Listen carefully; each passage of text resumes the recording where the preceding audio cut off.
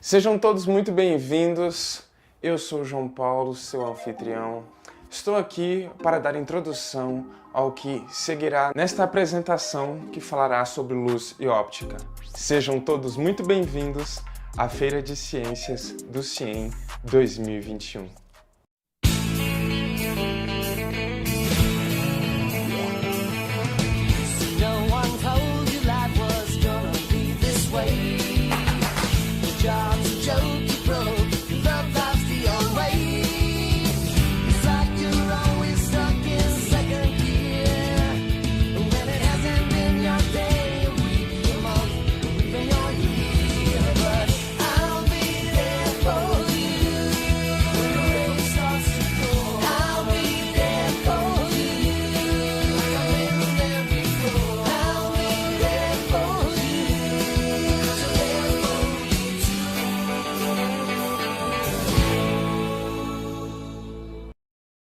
Bom, como eu disse, nós vamos trabalhar aqui sobre luz e óptica.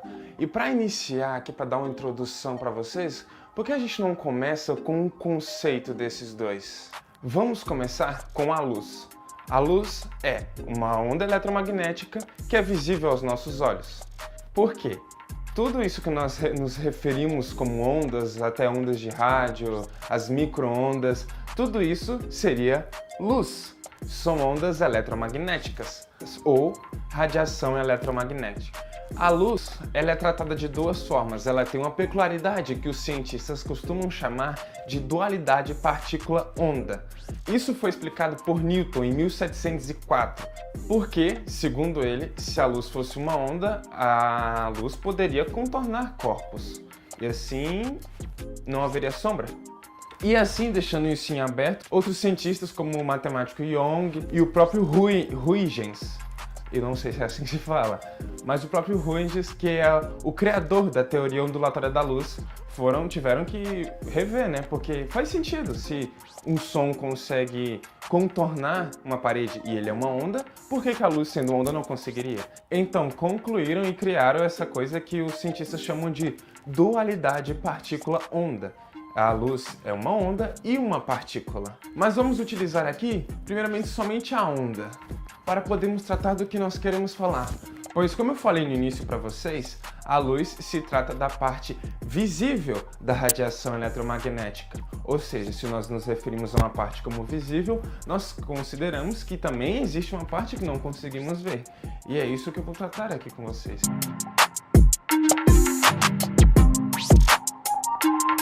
Mas vamos utilizar aqui, primeiramente, somente a onda. Por quê? Porque é a parte de onda que vai nos determinar qual é a cor que nós vamos conseguir enxergar.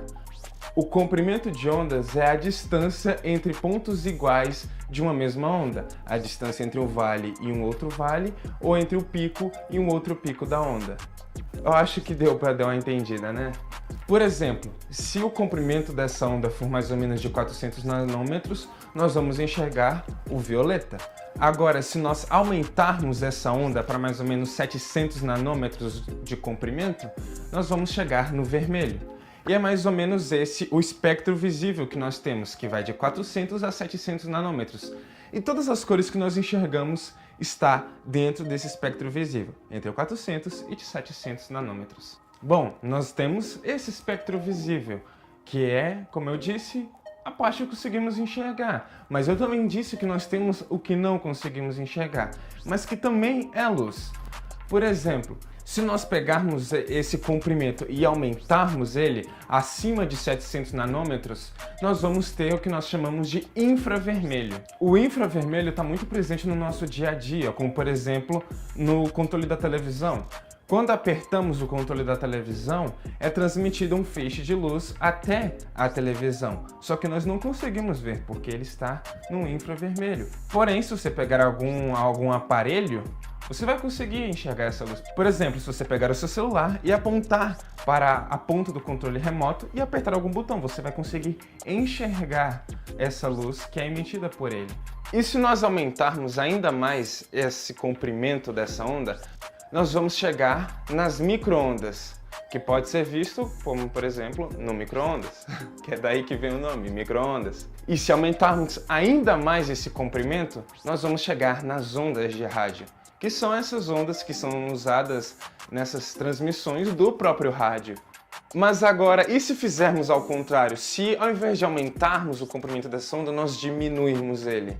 Nós vamos chegar no outro lado do espectro não visível da onda. Bom, se nós pegarmos ali no ultravioleta os 400 nanômetros e formos diminuindo, nós vamos chegar na radiação ultravioleta, que é a radiação emitida pelo Sol. E nos protetores solares nós encontramos uma proteção contra isso, porque esses raios fazem muito mal para a nossa pele, inclusive usem protetor. E se nós continuarmos diminuindo ainda mais esse comprimento de onda, nós vamos chegar nos raios X. Sim, os mesmos utilizados para o exame de raio-x. Aquilo também é luz, mas nós não conseguimos ver. E se a gente diminuir ainda mais esse comprimento de onda, nós vamos chegar nos raios gama, que é a frequência dessa onda de radiação eletromagnética menor que tem, é tipo negativa, quase, praticamente, ou até negativa. Esses são os raios gama. Tudo isso compõe o esquema de radiação eletromagnética. E só o que está entre 400 e 700 nanômetros é o que nós conseguimos enxergar. Então, sim, tudo isso é luz, tudo isso é radiação eletromagnética, mas só aquele pouquinho que nós conseguimos enxergar.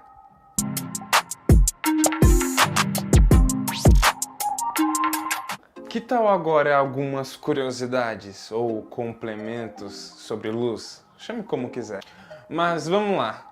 Você sabe o que é, por exemplo, um ano-luz? Um ano-luz é a distância que a luz percorre no vácuo do espaço em um ano.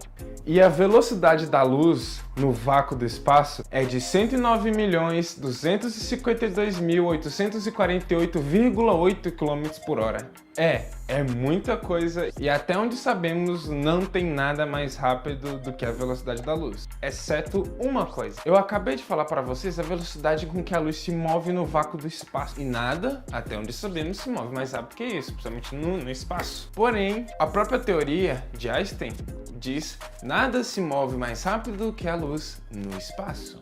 Mas não fala nada sobre o próprio espaço, o próprio universo. Isso mesmo, para quem não sabe, o universo está em constante expansão. Agora, nesse exato momento, ele está se expandindo. Ele se expande bem mais rápido que a velocidade da luz. É tanto que existem luzes que foram emitidas de galáxias há não sei quantos bilhões de anos que foram chegar na Terra só agora. E através disso nós sabemos de galáxias que são muito distantes da Terra, que estão lá há muito tempo mesmo. E como eu acabei de citar, nós recebemos a luz de uma galáxia muito distante daqui que foi enviada, que essa luz foi emitida dessa galáxia há muitos milhões de anos. E nós só recebemos ela recentemente. E como você deve imaginar, não é tão fácil enxergar a luz daqui da Terra de coisas que estão longe, principalmente por causa do fator que eu acabei de falar para vocês, que existem coisas que são visíveis e não são visíveis aos nossos olhos. E utilizando desse fator de que existem coisas que nós não conseguimos enxergar porque estão ou acima ou abaixo do espectro visível, isso abre a oportunidade para o ser humano fazer o quê? Exatamente, desenvolver tecnologias. E é exatamente o que eles fazem. Por exemplo, no espaço. Muitas das luzes que nós captamos de fora, vinda do espaço, são captadas por satélites especiais, que conseguem capturar o infravermelho ou ultravioleta e assim por diante, o espectro não visível para nós. E nós fazemos isso, utilizamos de tecnologia para enxergar aquilo que normalmente nós não conseguiríamos.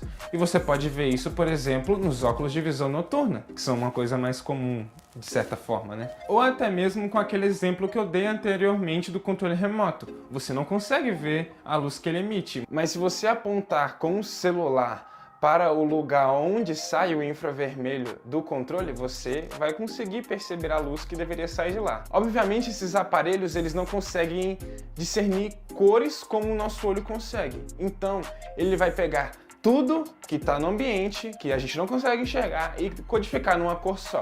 É por isso que a maioria das vezes, quando nós vemos um vídeo em visão noturna ou algo do tipo, ele está em preto e branco ou verde. Bom, essas foram algumas curiosidades bem rápidas aqui sobre luz Espero que vocês tenham gostado e vamos prosseguir para o nosso próximo tópico, que é a óptica.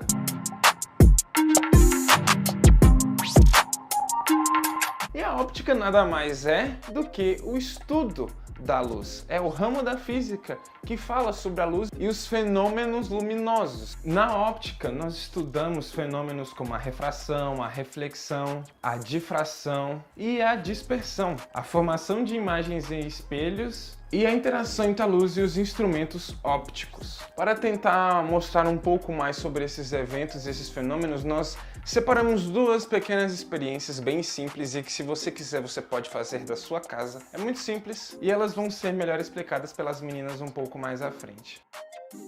Olá, meu nome é Giovana e eu vou dar início ao nosso próximo experimento, chamado de água óptica, que consiste em construir um sistema onde uma coluna de água vai conduzir uma luz de forma curva, ocorrendo assim o fenômeno da refração total. Bem, quando um raio de luz se propaga em um meio com determinado índice de refração e tenta atravessar para o outro meio com índice de refração menor, uma parte dela vai ser refratada e outra parte dela vai ser refletida. Ou seja, se aumentarmos a incidência do raio de luz deste mesmo meio, chegará um ângulo em que a luz toda será refletida. Esse ângulo se chama de ângulo limite.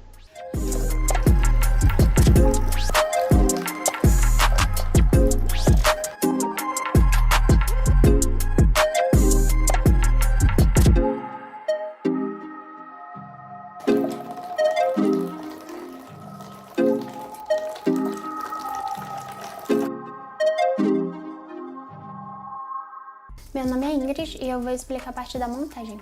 Nós vamos cortar a parte superior da garrafa tirando a boca e vamos limpar o interior dela com detergente. Depois nós vamos fazer um furo com aproximadamente meio centímetro de diâmetro em uma das faces da garrafa, o mais baixo possível.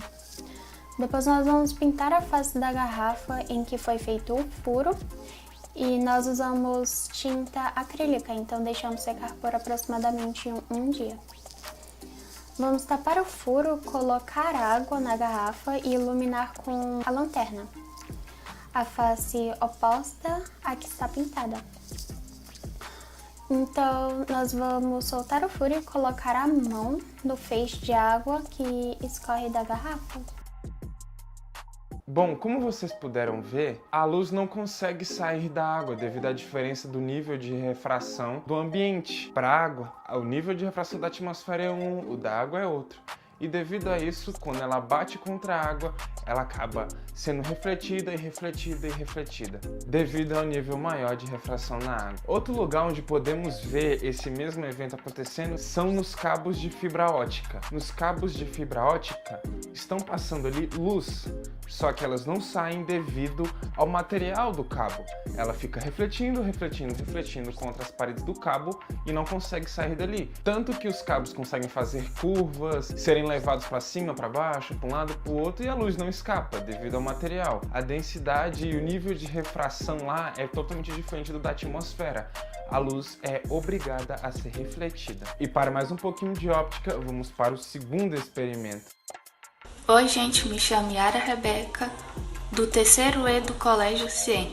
Irei falar o que é holograma. Holograma é uma imagem tridimensional, obtida a partir da projeção da luz, sob figuras bidimensionais. Essas fotografias em 3 dimensões são formadas a partir do processo da holografia, que funciona devido à propriedade ondulatória da luz. Os hologramas são parecidos com mirantes ou ilusões bastante realistas, reproduzidos em 3D, imagens originalmente em 2 dimensões.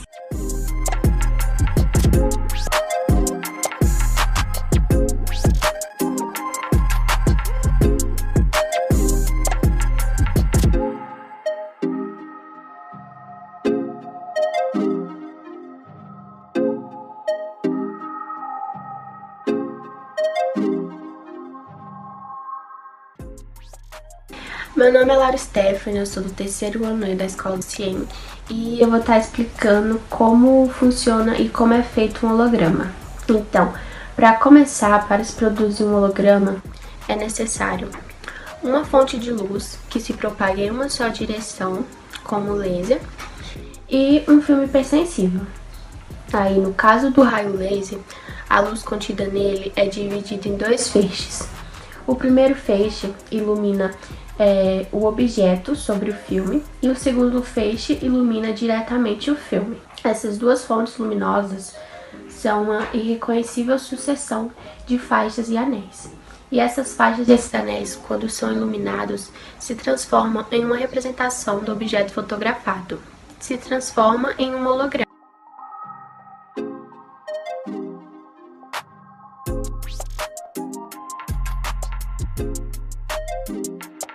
Bem legal, né? Esse holograma. É bem fácil de fazer também, você pode fazer na sua casa se você quiser, assim como a primeira experiência também. Espero que você tenha conseguido entender também o propósito dela. Como você deve ter conseguido perceber que na tela do celular haviam 4 imagens que, refletidas contra o CD, se juntavam em uma construção 3D, que é o holograma. As meninas explicaram bem, eu tenho certeza que você entendeu. Se não... Bom, eu espero que você tenha gostado, porque a nossa apresentação termina aqui. Muito obrigado por você ter assistido, ter ficado conosco até aqui. Espero que você tenha gostado de verdade. Nós tentamos passar um pouco sobre o que é a luz de óptica e espero que tenhamos conseguido. Eu sou o João Paulo e essa foi a Feira de Ciências do CIEM 2021. Obrigado. Entre lados e... O comprimento de ondas conseguir enxergar uma cor ali próxima ao violeta.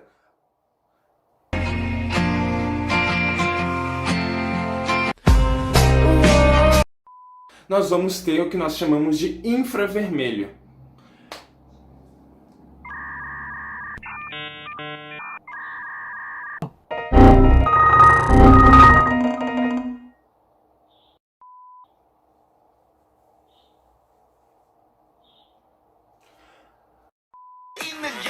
Eu vou muito cortar essa parte.